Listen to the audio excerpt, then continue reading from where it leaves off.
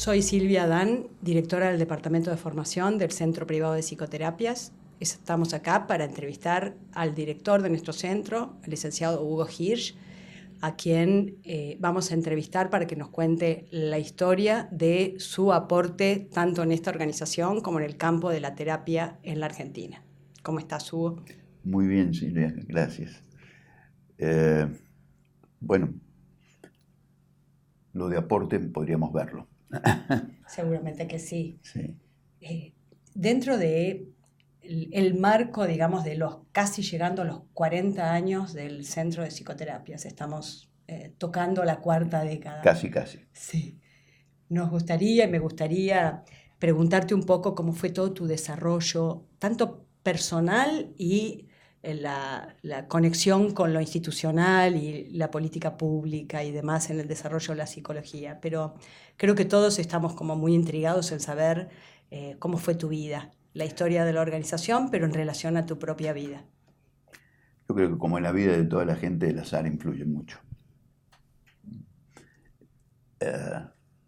Cuando yo estaba terminando el secundario, realmente, por diversas razones, no sabía qué carrera elegir. Y finalmente me incliné por psicología porque me había intrigado que mi profesor de psicología fuese capaz de darse cuenta de que yo me copiaba. Entonces pensé que ahí había algo interesante. Esa capacidad del profesor de psicología de leer las mentes me pareció intrigante, por eso me anoté en la carrera de psicología. Hay que recordar que en ese momento todavía no había psicólogos en el país. Claro. Yo pertenezco a la cuarta camada, o sea, no había todavía psicólogos. La representación del psicólogo, incluso como alguien que se dedica a la psicoterapia, no existía. Yo no empecé psicología para ser psicoterapeuta. Me fui enterando en la carrera, gracias a que la mayoría de los profesores eran médicos dedicados a la psicoterapia, que posiblemente yo como psicólogo me dedicase algún día a la psicoterapia. Pero eso llegó mucho después. No lo sabías desde el principio, No no lo pensabas sabía. en ser psicólogo No, clínico. para nada, de ninguna manera. ¿Cómo lo recibieron en tu casa? ¿Qué pensaron? ¿Tu familia qué pensó cuando vos dijiste quiero estudiar psicología? Bueno, mi papá me explicó que él no entendía muy bien qué era eso, y tenía razón, porque en realidad en ese momento en Argentina creo que nadie sabía muy bien qué era eso, pero él un poquito menos al ser un inmigrante alemán. Y entonces me apoyó en la idea de hacerlo siempre y cuando yo trabajase. Y entonces, bueno, me ayudó a conseguir un trabajo en un diario. Y entonces durante toda la carrera yo trabajé como periodista. Primero en un diario que se llamaba Democracia, que después cerró algún gobierno militar, y después en Clarín hasta terminar la carrera. ¿Y cuál era tu tarea? ¿Era como periodista que trabajabas? Sí, cronista, redactor general. Te mandaban a hacer notas a distintas cosas, como siempre dije yo, desde inauguración de cloacas hasta concursos de reinas de belleza, y después volvías a la redacción y redactabas lo que fuese. Pero era un trabajo interesante y no me iba tan mal. De hecho, en algún momento cuando me recibí dudé entre un tipo de trabajo u otro. Pero estoy contento de haber elegido este. ¿Y qué hiciste una vez que te recibiste?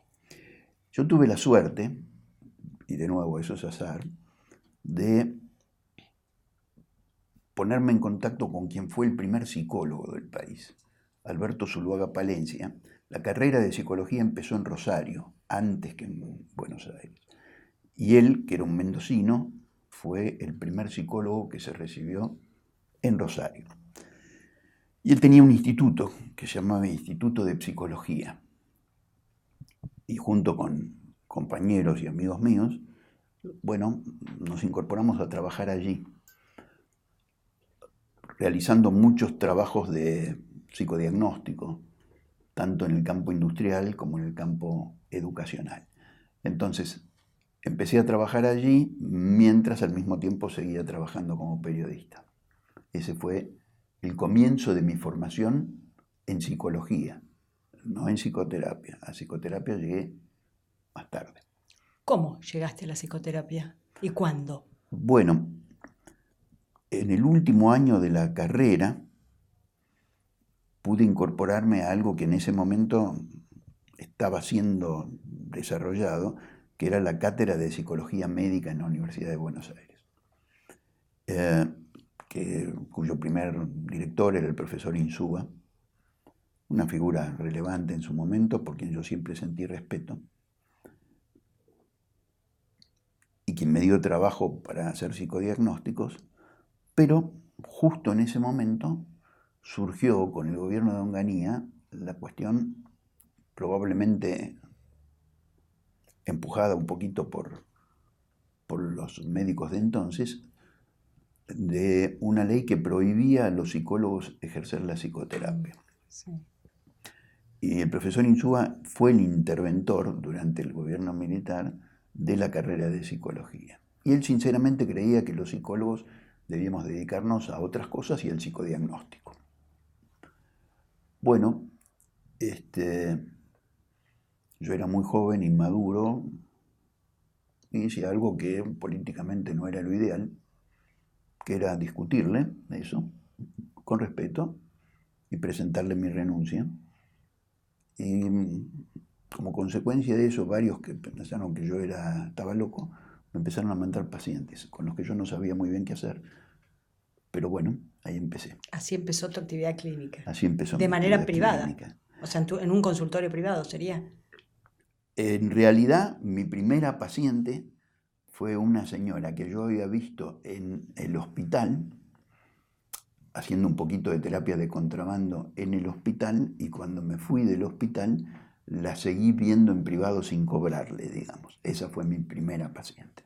¿De qué hospital estamos hablando, Hugo, ahí? Estamos hablando del Hospital de Clínicas. Clínicas. Sí. Esa fue mi primera paciente, pero a partir de allí me fueron mandando algunos pacientes que cuando yo pienso en retrospectiva era absurdo que yo los atendiese. Porque yo era muy, muy joven. Yo me recibí a los 21, ¿no? Y atender pacientes, digamos, a los 23, si uno lo mira hoy. Algo habría. No sabemos, hay que pensar qué pensarían los pobres pacientes. ¿Quiénes fueron tus mentores o algún supervisor que marcó en vos una diferencia? Insúa me dio la oportunidad de empezar a trabajar en clínica. Alberto Zuluaga Palencia, quien mencioné antes, me ayudó también a desarrollarme. Creo que ¿cómo te diría? Mi carrera como terapeuta y con formación de terapeuta empezó un poquito después con Hugo Rosarios, a quien elegí como supervisor. Pero yo agradezco al azar haber tenido la oportunidad de haber trabajado como periodista, haber tenido la oportunidad de hacer psicodiagnósticos de adolescentes en colegios de monjas en el interior de la provincia de Buenos Aires, centenares de ellos, haber tomado test de selección de personal a centenares de personas. O sea que cuando yo empecé a hacer clínica, a pesar de que era muy joven, había hecho otras cosas. Y creo que eso siempre ayudó mucho a mi desarrollo, ¿no? Insúa, que era un psiquiatra clásico que atendía de guardapolvo, ¿verdad? Él decía que no se podía ser psiquiatra si uno no leía novelas. Y a mí eso me quedó, ¿no? Que uno, para entender, tenía que poder leer novelas. ¿Cómo y cuándo conociste a Hugo Rosarios? Quien era entonces mi señora, trabajaba con Raúl Usandivaras, ¿sí? Hay que recordar que lo que uno ve hoy del mundo de las prepagas, de lo que son las coberturas de salud mental, nada de eso existía.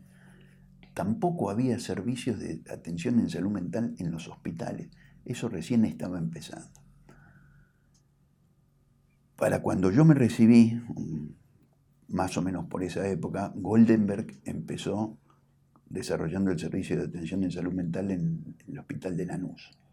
De ese grupo surgió, en esas contradicciones políticas que los argentinos tenemos, de un gobierno reaccionario la propuesta progresista de crear centros de salud mental que pudiesen ayudar a la atención del público más cerca de la comunidad y no solo en el Hospital General.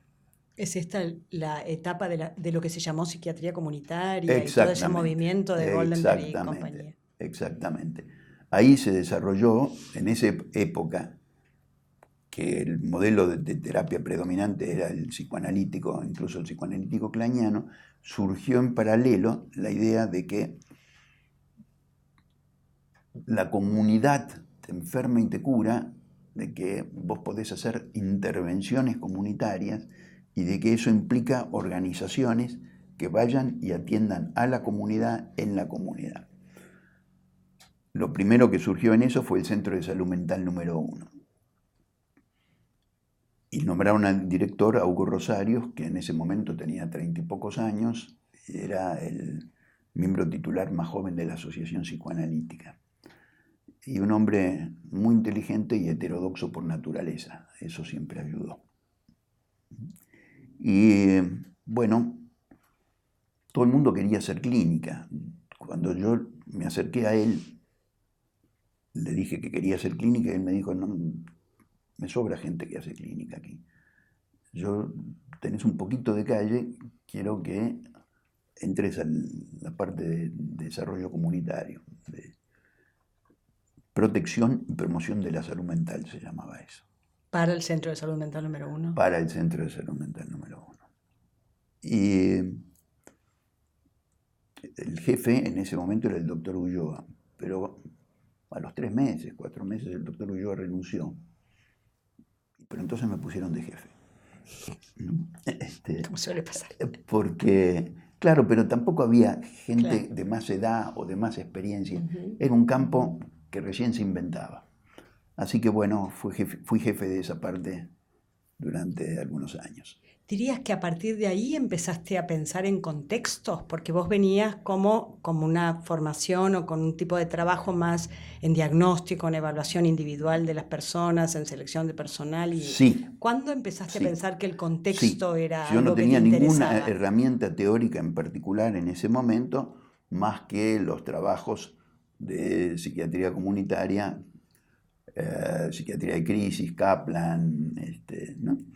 Algún modelo de psicoterapia breve psicoanalítica como Belak, pero básicamente me benefició, y a través mío creo que a un montón de gente.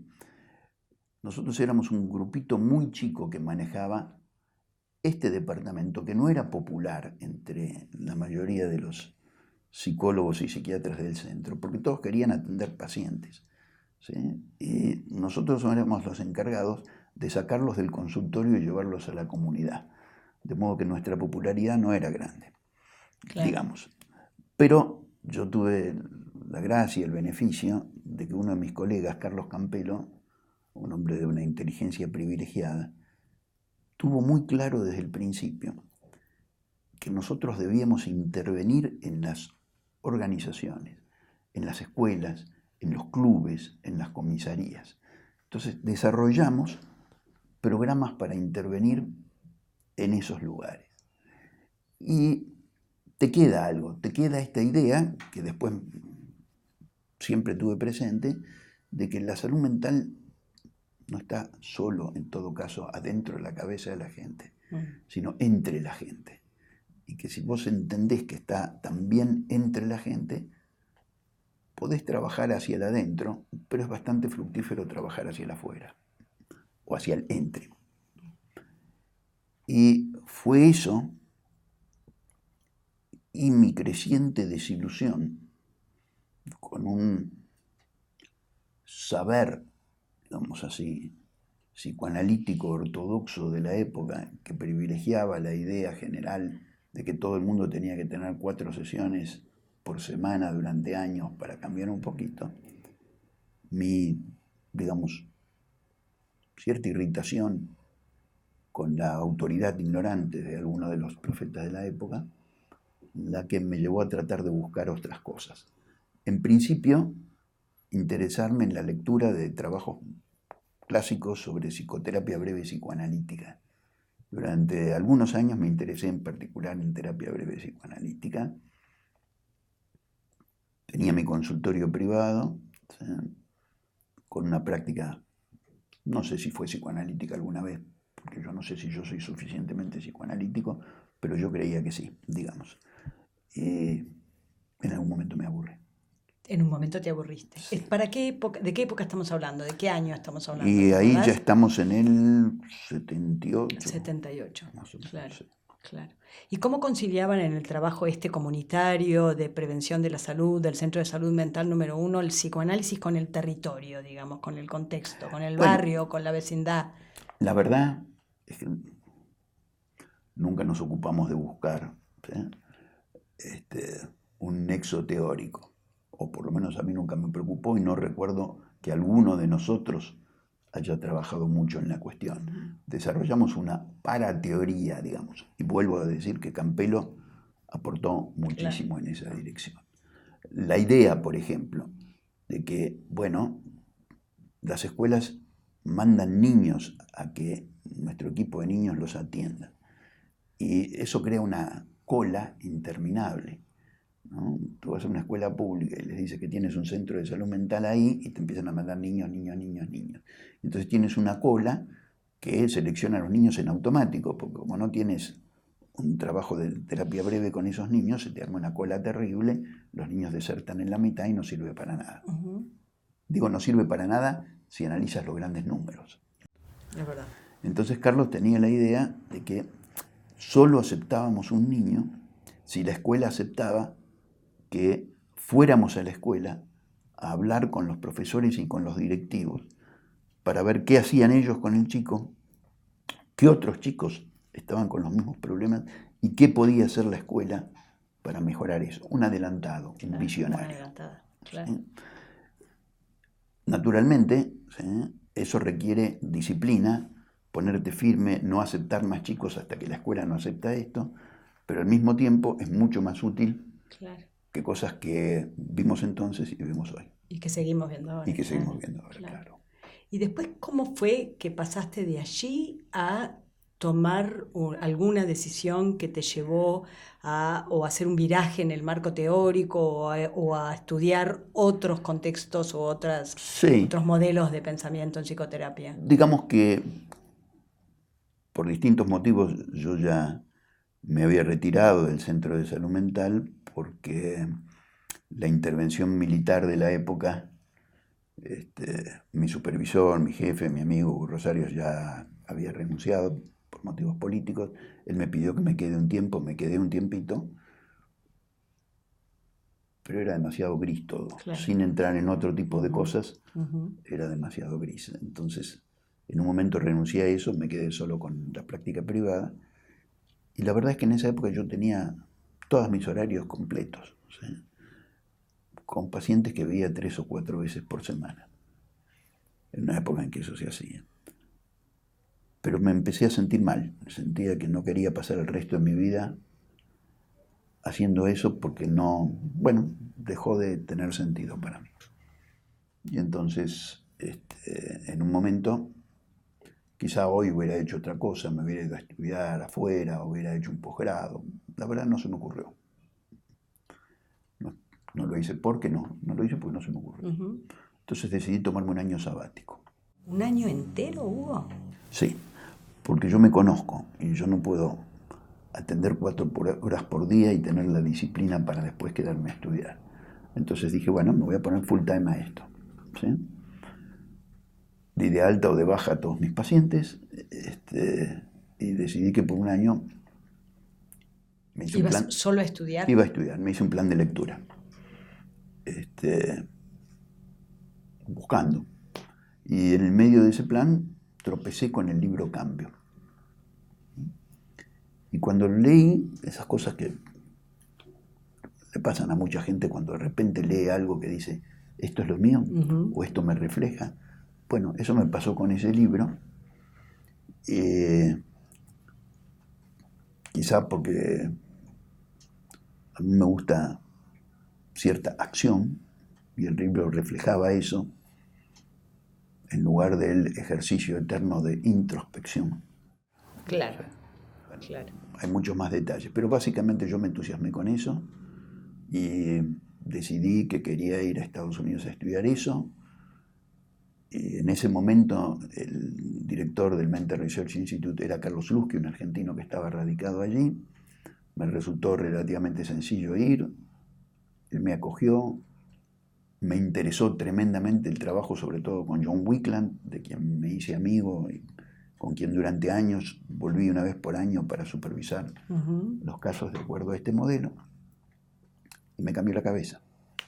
Entonces cuando volví dije, bueno, me voy a dedicar a esto. Y ya pensando en algo que tenga que ver con salud mental y política pública, o No. sea, algo que tenga que ver con programas de salud mental No, para... no en ese momento, no Ok. cuando empecé. Lo que ocurrió ahí es que cuando volví, a Hugo Rosarios le pareció muy interesante esto, y la verdad que con una humildad sorprendente dijo, bueno, vos lo aprendiste y ahora quiero aprender de vos. Él había sido mi supervisor. Ah, mirá. Que es una lección para mí, para siempre. Claro. Y Claro. cuando volvimos, por otro camino, resulta que un conocido nuestro, Ricardo Sterin, era gerente comercial del Hospital Francés. Entonces, en algún momento, prácticamente las obras sociales en ese momento no cubrían salud mental porque la única técnica que se conocía era la técnica psicoanalítica y era imposible pagarlo. Entonces surgió la idea de que con este modelo era posible empezar a cubrir poblaciones. Y con Hugo Rosarios y con Ricardo Sterin en su momento empezamos a investigar la posibilidad de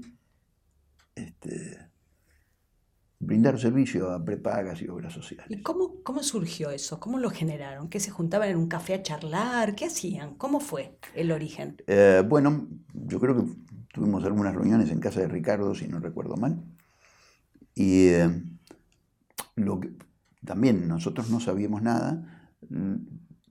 Empezamos yendo a un par de obras sociales a proponerles, nosotros hacemos terapia breve, sabemos hacer terapia breve, a lo mejor les interesa pagar terapia breve.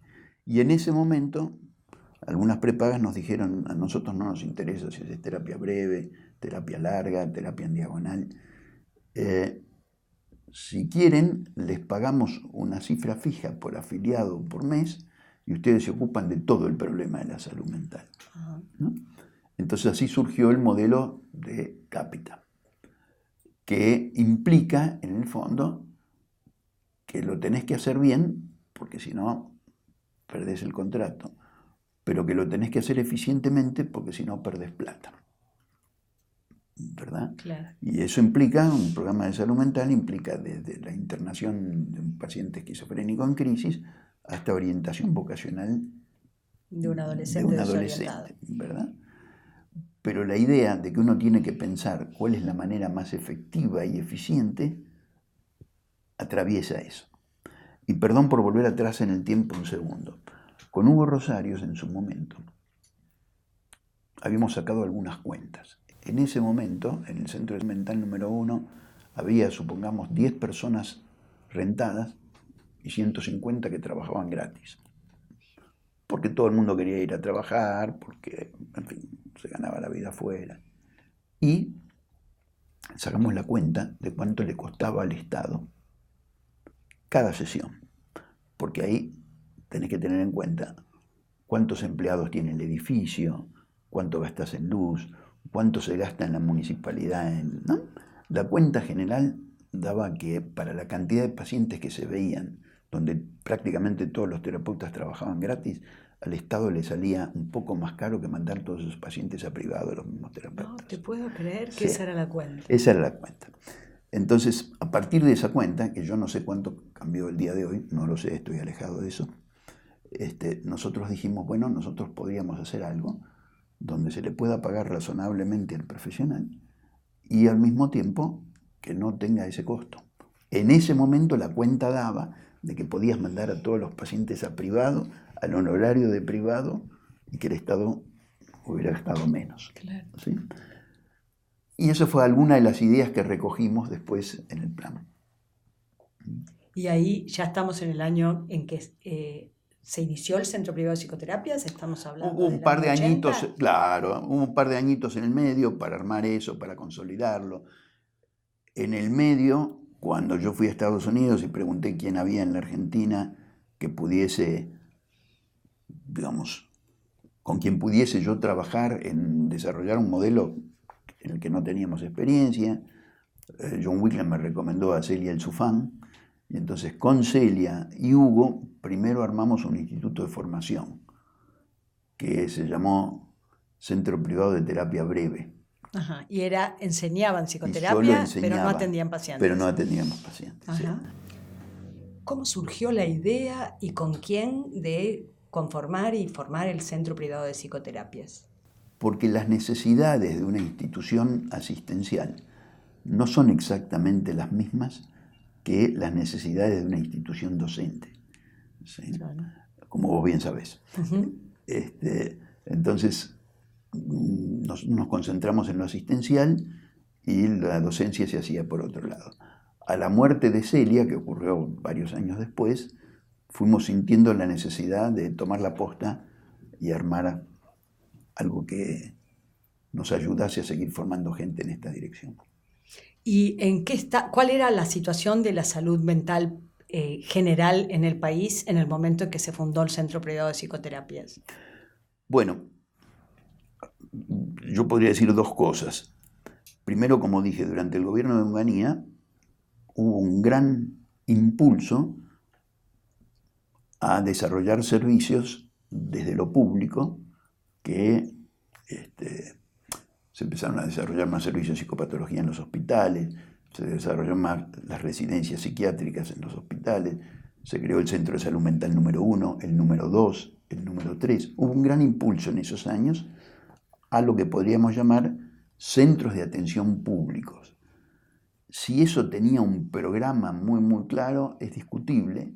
Sí lo había, sí Goldenberg tenía ideas claras y la gente que trabajó con él las tenía. Al mismo tiempo, la tradición psicoanalítica en el país siempre fue y es muy fuerte, y su teoría se aplica mucho mejor al tratamiento individual que a otros. Claro. ¿No? Entonces, los terapeutas nunca fueron, hasta donde yo sé, grandes amantes de la psiquiatría comunitaria ni de los programas de ese tipo. Claro. Cuando el proceso,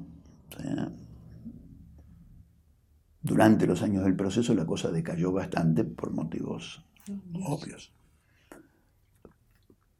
Volvió a tomar fuerza durante Alfonsín. De todas maneras, cuando hablamos de salud mental pública, una cosa es el hospital y los centros de salud, otra cosa es el mundo de las obras sociales, otra cosa es la práctica privada. Entonces hay distintos modelos, y una de las cosas que le pasa a la mayoría de los terapeutas, porque nadie les enseña sobre eso, es que no se piensan como actuando en el contexto de una organización particular en interacción con una población particular. La cultura del hospital es una cosa, la población que generalmente ves en el hospital es una cosa, la que ves en una obra sindical es una cosa, la que ves en una obra social de dirección es otra cosa, la que ves en una prepaga es otra cosa. Bien, es una obviedad lo que digo, sin embargo, es una obviedad cuyas consecuencias no se suelen desplegar. Y requiere de abordajes particulares, sí, para culturas particulares. Sí, sí. Claro. Entonces, al interior de cada uno de estos mundos es posible desarrollar herramientas de gestión organizacional. Durante algunos años, nosotros, porque no soy solo yo, o no fui solo yo, pensamos que habíamos encontrado un modelo interesante y viable. Factores macroeconómicos y de cambio social han hecho que hoy la respuesta sea más compleja que la que nosotros pensamos que sería hace, digamos, 20 años atrás. Pero, aunque hay distintos posgrados hoy en el tema, me parece que falta en la formación de los psicoterapeutas una mínima introducción al tema de contexto, no ya contexto de la psicoterapia en el sentido de que la familia importa, sino contexto en el sentido de dónde vos estás trabajando, quién sos para el paciente que viene, con cuántas sesiones podés trabajar y con qué herramientas. Y hablando de contextos y del devenir del país en estos últimos 40 años, ¿cómo era el centro de psicoterapias? ¿Qué tamaño tenía en el año 1981? ¿Y cómo te explicás vos que haya sobrevivido 40 años? Lo segundo no lo sé bien. Nosotros empezamos con un contrato con la obra social de la industria metalúrgica, directivos de la industria metalúrgica, que eran 30.000 afiliados. Hoy tenemos centenares de miles. ¿Sí? ¿Cuántos profesionales en esa época? No, y en esa época debíamos ser 20. 20, para 30.000. Sí, sí. Y también, de nuevo, el mundo ha cambiado. Esos 20 éramos gente súper interesada en hacer el experimento de esto. ¿Sí? De nuevo, yo tuve el privilegio de estar entre las primeras generaciones. Entonces, siempre pudimos disfrutar del privilegio de curiosear, de experimentar. ¿Sí? Por supuesto que hoy en día se puede curiosear y experimentar. Pero cuando vos sos pionero... Exacto, te ¿sí? iba a decir eso, es la curiosidad y es otra curiosidad. es la experiencia del pionero, es otra cosa. Sí. Estás abriendo por primera vez Sí, en la selva. Sí. En cambio, así recorres un camino, ese camino ya abierto te permite, en teoría, al menos llegar más lejos, y a veces es así, y otras veces hasta resulta un peso. Claro, claro. Pero bueno, hemos sobrevivido todos estos años, lo de que por sí es una proeza. Nacimos en un momento curioso de la Argentina.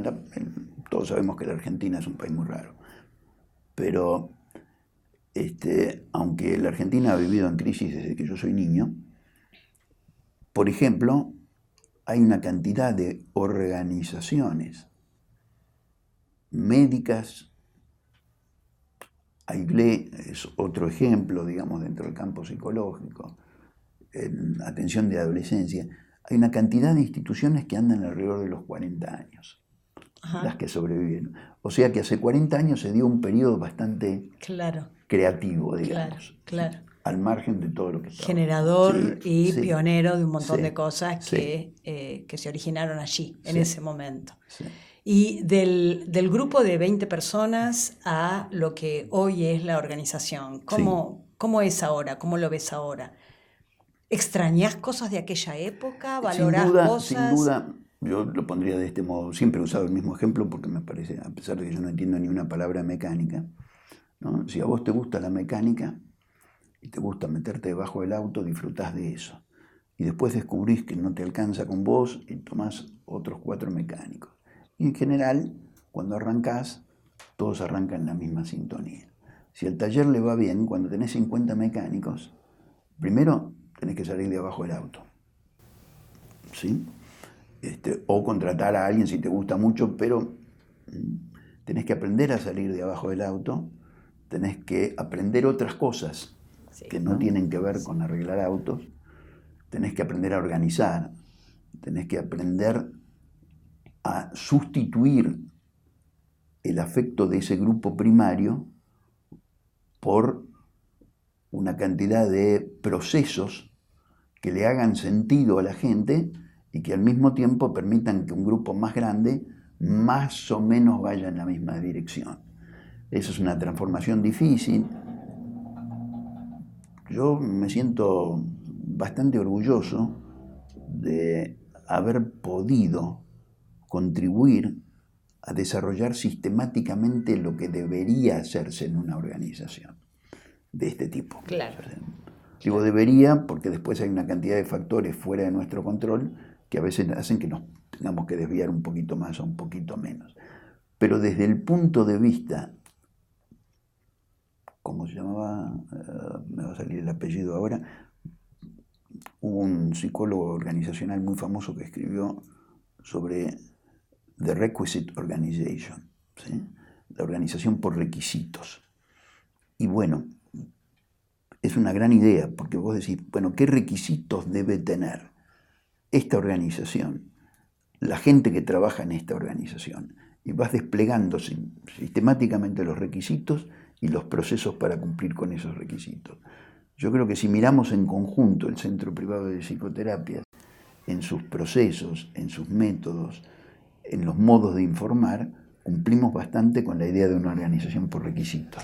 ¿Y vos pensás que de aquel grupo primario donde te metías debajo del auto a arreglar directamente a esta organización, hubo algo o algún trabajo específico que mantuviera el espíritu? ¿Pensás que el espíritu se mantiene o cambió por completo? Yo creo que no cambió del todo. De hecho, hay algunas personas, como vos bien sabés, que todavía son miembros del grupo original. ¿Sí? Y quisiera creer que algo los retiene. Y después hubo otra cantidad de gente a lo largo de los años que se fue sumando a ese grupo y que aporta el mismo entusiasmo, la misma creatividad, la misma decisión. Obviamente, cuando tenés una organización donde trabajan 300 personas, no todos pueden tener el mismo entusiasmo, la misma motivación. No conozco ninguna organización donde eso pase. Pero lo importante es tener un núcleo que siga participando de la idea general, no solo de las metas, sino de los procesos. Porque si no tenemos acuerdos sobre los procesos, las metas son imprescindibles, pero sin procesos se vuelven irrelevantes. Claro. Yendo a la formación de los terapeutas, estos 300 terapeutas que tenés ahora, los terapeutas jóvenes, ¿cuáles son las competencias que te parece que tiene que tener un terapeuta, un clínico, hoy para ejercer la profesión en el año 2020? Bueno, como vos sabés, la pregunta misma sobre competencias es una pregunta de discusión.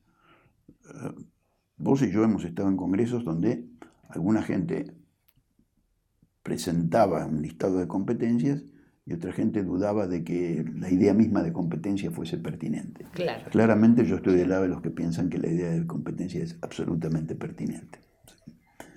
Y, digámoslo así, hay listados buenísimos sobre eso. Hay algunas diferencias entre el tipo de competencia según el modelo terapéutico al que te dedicas, pero en resumen, yo diría que las competencias básicas tienen que ver, lo voy a poner de este modo, un buen terapeuta tiene que tener curiosidad. Si no tiene curiosidad, ¿sí? Pero segundo, tiene que disciplinar su curiosidad, ¿sí? No tiene que curiosear en la vida de la gente porque sí. Tiene que curiosear con un propósito. Ese propósito lo tiene que trabajar. Tiene que tener la inteligencia suficiente o formar parte de una organización con la inteligencia colectiva suficiente como para decir, si yo pregunto esto, ¿para qué lo pregunto? ¿Sí? Si yo voy a decir esto, ¿para qué lo digo? Y para eso tengo que tener claro hacia dónde voy. Se puede formalizar mucho más esto, pero yo diría que esto es lo básico que un terapeuta tiene que tener. Y eso tiene que tenerlo hecho, no se puede enseñar, digamos, la curiosidad y la... Yo sospecho que la curiosidad no se enseña, No se para ser enseña, franco. y No. la autodisciplina, ¿o no? No sé, yo pienso que la participación temprana en ciertas organizaciones moldea mucho tu carácter. ¿Sí? Que, digamos, no conozco a nadie en que se vuelva disciplinado a los 50. ¿Sí? Pero es posible que alguien no demasiado disciplinado, si entra en un lugar, digamos, que requiere disciplina y le encuentra sentido a desarrollar esa disciplina, la puede aprender. ¿Sí? La puede aprender en distintos planos. En el plano de qué es lo que tiene que estudiar, de qué es lo que tiene que observar, sobre qué cuestiones se tiene que restringir. Pero se puede aprender. De todas maneras, es obvio que si en el fútbol y en la música hay gente que es más competente que otra, ¿sí? Es obvio que eso pasa en cualquier otro trabajo, que no todo el mundo tiene el mismo talento. Pero uno puede ser muy malo en el fútbol, o realmente malísimo, pero, qué sé yo, aprender un par de cosas. ¿Sí? Y si alguien es muy talentoso, la disciplina lo va a llevar mucho más lejos. ¿Y vos pensás que la organización de alguna manera moldea o compensa o ayuda a que Sin el la menor terapeuta duda, promedio, sin la menor duda. ujú, No solo en terapia, en cualquier cualquier otra cosa? campo, una organización es inteligencia colectiva. ¿Sí? Puede llegar a ser disfuncional, puede llegar a ser esquizofrénica, ¿sí? Pero en principio una organización es una mente superior. ¿Sí? Claro. Entonces, si hay una inteligencia en la organización y la gente transita por esa inteligencia, va desarrollando mecanismos que la ayudan a pensar más sistemáticamente. Sinceramente en eso estoy completamente convencido. El centro es uno de los mejores lugares en la Argentina para aprender a trabajar sistemáticamente, si vos querés, porque tenemos una manera sistemática de abordar las cuestiones. Si estás al principio de tu formación o si querés mantener tu compromiso con una cierta disciplina mental, sigo pensando que la organización que tenemos es muy buena. ¿Recomendarías algo en particular a alguien? Si un hijo, un nieto tuyo dijera, quiero estudiar psicología, ¿les darías alguna recomendación, algún consejo en particular? Quiero ser psicólogo clínico. Primero, antes que nada, si quiere ser psicólogo clínico lo tiene que pensar. ¿Sí? Hay una confusión que viene justamente, yo mencioné al principio que cuando yo entré a la carrera no pensé en ser psicólogo clínico o psicoterapeuta. Y yo pienso que la psicología es un campo interesantísimo. ¿Sí? Que la frecuente confusión en la Argentina entre psicólogo y psicoterapeuta es una desgracia para la psicoterapia y una desgracia para la psicología. Si un hijo mío quisiese ser psicólogo hoy, yo pienso que lo ayudaría a tratar de ver qué quiere. Claro. Nadie sabe qué va a querer ser dentro de 5 años, ¿sí? Realmente, pero por lo menos es bueno que se lo imagine. Si quiere ser psicólogo clínico, tiene que saber que es un tipo de trabajo que cambió mucho desde que yo empecé. Hoy en día es un campo muy competido y quizá lo mejor que tiene es que si te entrenas bien, puedes hacer otra cosa con eso. Hace un par de años mencioné esto en el prólogo de un libro de una amiga mía sobre la persona del terapeuta, porque si alguien de mi edad refleja sobre la persona del terapeuta, eso no tiene mucho que ver con la persona del terapeuta que hoy egresa a los 25. ¿Sí? Uh-huh. El que egresa hoy a los 25, si quiere ser terapeuta, tiene que pensar que en la Argentina va a ser maestro. ¿Sí? O sea, alguien con un ingreso módico, uh-huh, que requiere de un gran espíritu de lucha contra la corriente para mantener la curiosidad a lo largo de su vida. Pero me parece que la formación en psicología, no solo en psicoterapia, es una formación muy interesante. Y que algunos años de práctica clínica te permiten, si estudias a fondo, entender más cómo funcionamos los seres humanos. Y eso te ayuda a no importa qué trabajo hagas. Una de las cosas interesantes es que varias de las personas que han aportado mucho al campo de la psicoterapia no eran psicoterapeutas de entrada, venían de otro campo. Y varias de las personas más interesantes en el campo de la psicología organizacional fueron psicólogos clínicos antes. ¿Sí? No podemos pensar en pleno siglo XXI que la carrera es una carrera de la cual vas a vivir, y si te limitas a eso, tengo mis dudas. Es un problema, sí. Claro. ¿Cómo ves el futuro de la psicoterapia en Argentina? Digamos, la necesidad de psicoterapia crece, todos sabemos eso. o por lo menos los problemas de salud mental en el mundo crecen y crecen con el desarrollo. Todas las estadísticas del mundo apuntan a eso. La posibilidad de que todo el mundo que sufra de algún problema de salud mental se atienda no existe. O sea, es imposible. Desde hace años que estamos en una cantidad de escuelas de psicoterapia tratando de ver qué componentes de la psicoterapia se pueden aplicar a intervenciones más generales. Claro. Un desarrollo posible, no sé si probable, sería que, digamos, que la formación se divida en 2 fases.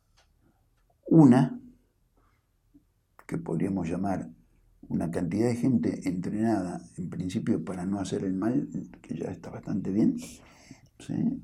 Y para facilitar una serie de cuestiones.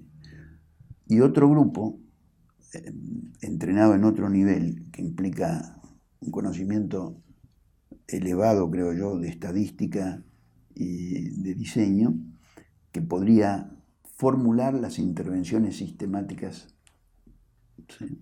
Probablemente en interacción con la inteligencia artificial. Pero de todas maneras esto está... Yo no creo que esté tan lejos, yo creo que estamos a 10 años. Pero bueno, veremos. Pero hacia ahí ves el futuro. Yo pienso que va a ir hacia ahí. Y la inclusión de tecnologías de todo tipo, ¿la ves resistida, la ves aceptadas? Yo creo que es un combate permanente. Está escrito en el mundo de la tecnología que, digamos, que frecuentemente se sobreestima la velocidad de adopción de ciertas tecnologías. Pero que se sobreestime no quiere decir que finalmente no aparezcan.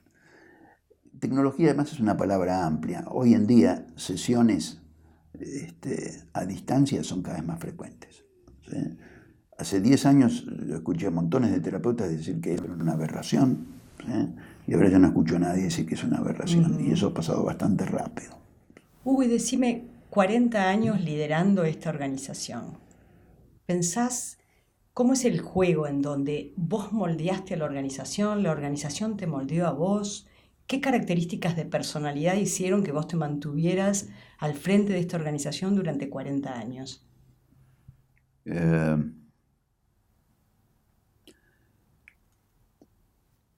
Me resulta difícil contestar del todo a eso, ¿sí? Primero, me mantengo al frente de la organización porque la organización siguió existiendo, lo que a veces eso pasa, a veces no, pero es un orgullo que hayamos llegado hasta aquí. Más allá de eso, sin duda, viste que es una discusión común hasta qué punto el líder es fruto de la situación o la situación está moldeada por las características del líder. Hay grandes debates en el mundo sobre eso. En el caso mío yo estoy seguro de que mi forma de ser influyó, moldeó, desarrolló características de la organización. Y si hay algo que yo tengo claro es que una organización tiene que sobrevivir a las características de su líder. Claro. ¿Sí? Y al mismo tiempo eso no es nada fácil, ¿no? Que lo ideal es que digamos, que el centro privado de psicoterapia fuese conocido per se, y durante muchos años se conoció más a Hugo Hirsch que al centro privado de psicoterapia. Claro. Voy a volver sobre algo que me preguntaste muy al principio. Cuando yo entré a la facultad, como dije, no estaba muy seguro de lo que iba a estudiar. Y las primeras 2 materias que yo cursé en la facultad eran Introducción a la Historia e Introducción a la Filosofía. Y la verdad que las 2 materias me gustaron mucho.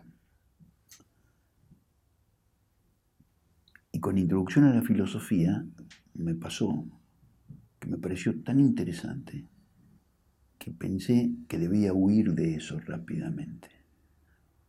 Porque si me metía allí, tuve la sensación, quizá inapropiada, de que no iba a salir nunca y que nunca iba a llegar a ninguna conclusión. Un filósofo me diría que para eso es la filosofía. Pero quizá yo ansiaba algo más concreto y a lo mejor eso me llevó en la vida, a pesar de estar en un campo donde abunda, digamos así, el pensamiento difuso, por ponerlo de alguna manera, o simbólico, o de distinto tipo, consciente o inconscientemente traté de buscar algo que fuese un poquito más concreto. Un filósofo podría discutir sobre qué quiere decir concreto, pero digamos sensorialmente, mucho de lo que me pasó con el modelo cambio es que yo podía imaginarme la sesión, imaginarme la manera en que yo podía influir a mi consultante para lograr algo, imaginarme cómo hacerlo, ¿sí? Y eso mezclado con, bueno, si alguien me dice que hay que hacerlo así, o una organización funciona de este modo, preguntarme yo, bueno, ¿para qué así? Debe tener un sentido y buscarlo. Pero al buscarlo, puede que concuerdes con él o puede que no concuerdes con él. Un poquito de irreverencia, un poquito de preguntar ¿y por qué? ¿Y para qué? ¿Y cómo? Y un esfuerzo grande para decir ¿y cómo hago todo esto para reducirlo, para sintetizarlo, para que vaya en una sola dirección, para que tenga un foco? Steve Jobs lo dijo. Lo complejo es tratar de hacer algo simple, pero cuando llegas a lo simple es hermoso. Muchas gracias, Hugo. A vos.